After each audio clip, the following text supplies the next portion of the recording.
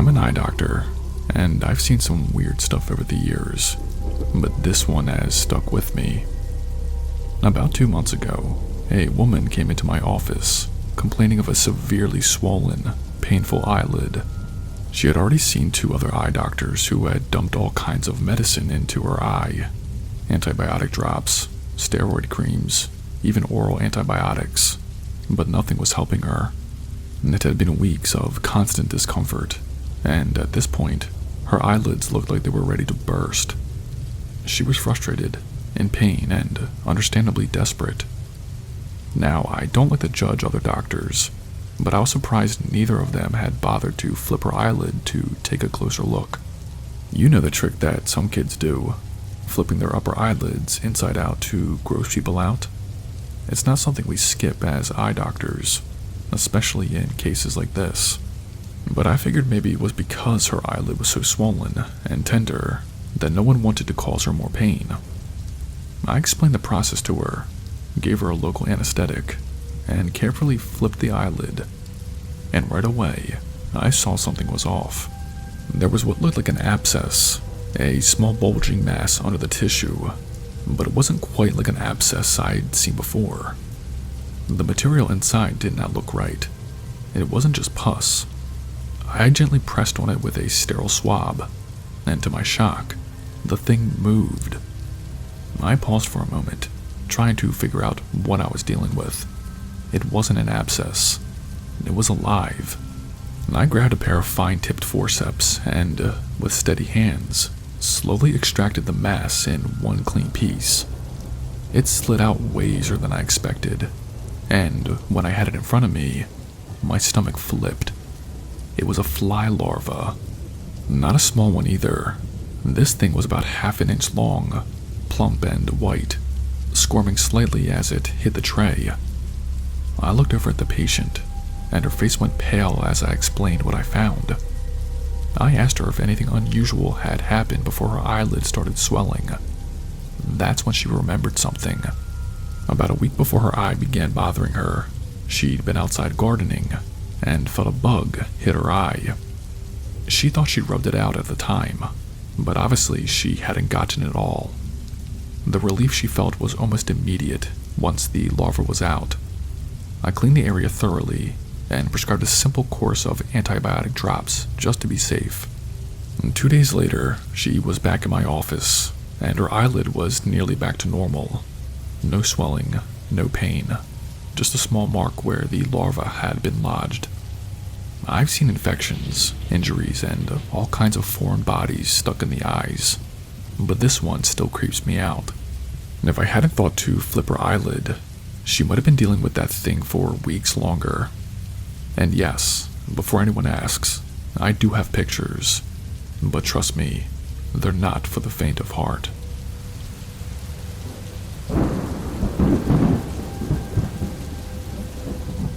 I used to work at a gas station just off the main road in a small town. Not much happened around there, mostly truckers passing through, the occasional local stopping by to grab smokes or coffee. But there was one day that I'll never forget, and I still think about it every time I drive by that spot. The guy had been hanging around outside the station earlier in the day. He looked a little rough, dirty clothes, unshaven. I did not think much of it. It wasn't uncommon for people to pass through, maybe hitch a ride from one of the truckers. But apparently, this guy had a different plan. He decided he was going to catch a free ride by climbing under one of the buses that stop at the station for a quick fuel up. The driver had no idea. The guy crawled underneath and held on, probably thinking he'd make it a few miles down the road, then hop off and be on his way. But when the bus pulled out and hit the first speed bump, things went horribly wrong. The guy couldn't hang on and fell. Somehow he got caught on the back wheel. I did not see it happen, but I'll never forget when the police officer who used to come into the store told us what went down. The guy was dragged for 5 blocks before the driver even realized something was wrong. 5 blocks. When they finally stopped, he was still alive, but his back, I can't even explain it. The officer told us that His whole back had been scraped down to the bone, his spine completely exposed. They rushed him to the hospital, but he did not make it. He died about an hour later. I can't even imagine what that must have been like, to be conscious and in that much pain, knowing there was no saving you. I remember driving down that same road a couple of days later. You could still see the trail of blood. It was dark, almost black, but in some spots, it was still deep red, like the pavement had been permanently stained. 5 blocks of blood, dragged along like a horrific reminder of what had happened. Absolutely horrifying.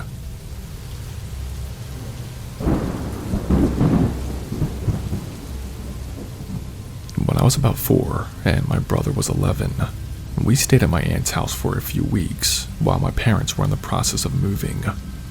My brother did not mind. The neighbor had a son around his age, and they'd hang out on the weekends, riding bikes, playing video games, normal kid stuff. I barely remember any of it, being so young, but one particular memory is burned into my mind because of what happened afterward. It was a Sunday afternoon, sometime after lunch, when my brother decided to head over to the neighbor's house to see if the kid was around. I remember my aunt telling him it was okay as long as he did not stay too long, so off he went, thinking it would just be another day. A little while later, he came back, looking like nothing was out of the ordinary. My aunt asked how it went, and he just shrugged, said the kid wasn't home. Apparently, when my brother knocked, the dad answered the door. He was calm, maybe a little too friendly, but nothing seemed off. The dad told him his wife and kids were out shopping, but invited my brother in for a glass of juice while they talked about the move. My brother, being a kid and probably just thirsty from riding his bike, accepted. They sat in the living room.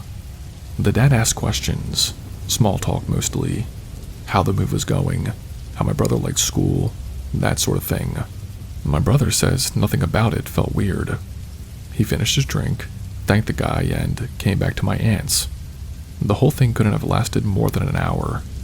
Then, a few days later, everything changed. I was in the living room when we started hearing sirens. My aunt peeked through the curtains, and I'll never forget the look on her face. She quickly pulled me away from the window and told me to go to my room. Of course, being a curious kid, I did not stay there. I crept back out and saw flashing lights, police cars all over the street. They were parked right in front of the neighbor's house. Later that day, my aunt told my parents what happened. Apparently, the dad had killed his wife and kids, stabbed them if I remember correctly. He had been burying the bodies in the backyard when my brother knocked on the door. The timeline was chilling. When my brother showed up, the guy had already killed his family and was probably halfway through trying to hide what he'd done. Yet, he still managed to answer the door like nothing was wrong. He did not panic, did not seem suspicious, just calmly invited my brother in for a drink. We could not stop talking about what could have happened if my brother had shown up earlier, maybe caught him in the act, or worse, if the guy had been in a bad mood, still high on adrenaline from what he'd just done. It's terrifying to think how close he was to real danger and had no idea. Even now, I get chills when I remember that afternoon. You think you know what's going on in your neighborhood, but sometimes you don't have a clue.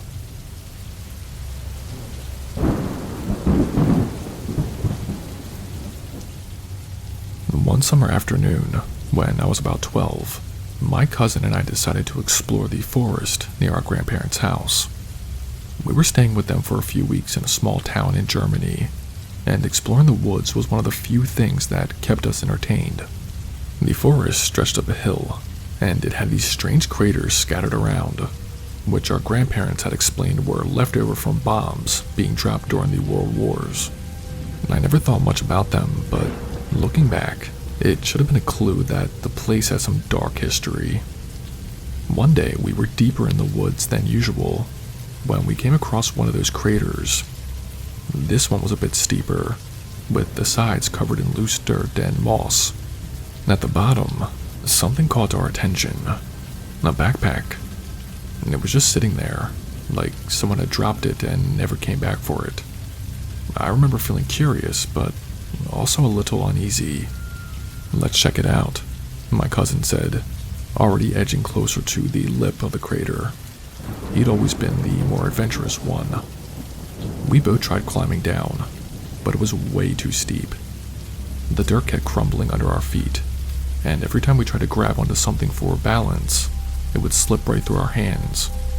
The last thing we wanted was to fall and break something, especially since no one really knew we were out here. After a few failed attempts, we gave up. "We'll come back and get a rope," I suggested. We both thought it was a solid plan, so we headed home, talking about what could be inside that bag. Maybe money, or someone's lost camping gear, and typical kid stuff. The next day, everything changed. We were eating breakfast when the news came on. The anchor mentioned that a backpack had been found in the forest we'd explored, with human remains inside. The remains of a young girl. The details that followed made my stomach turn. Apparently, some guy walking his dog had discovered it. The dog would not stop barking at the edge of the crater, fixated on that backpack at the bottom. The guy went down to check, and that's when he found the bones inside. The police had no idea how long the remains had been there, but they thought it had to be years. My cousin and I just sat there, frozen. We did not say a word to anyone about what we saw the day before. It felt too close, too real.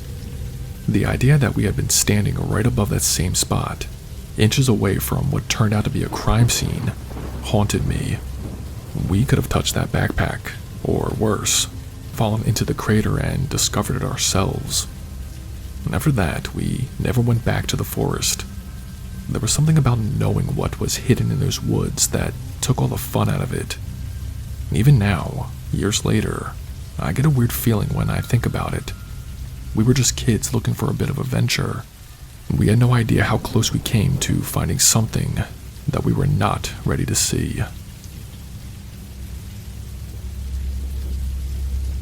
Hey, what's up guys? It's Spooky. If you've made it this far, congratulations. You survived. If you did not know, I have an Instagram.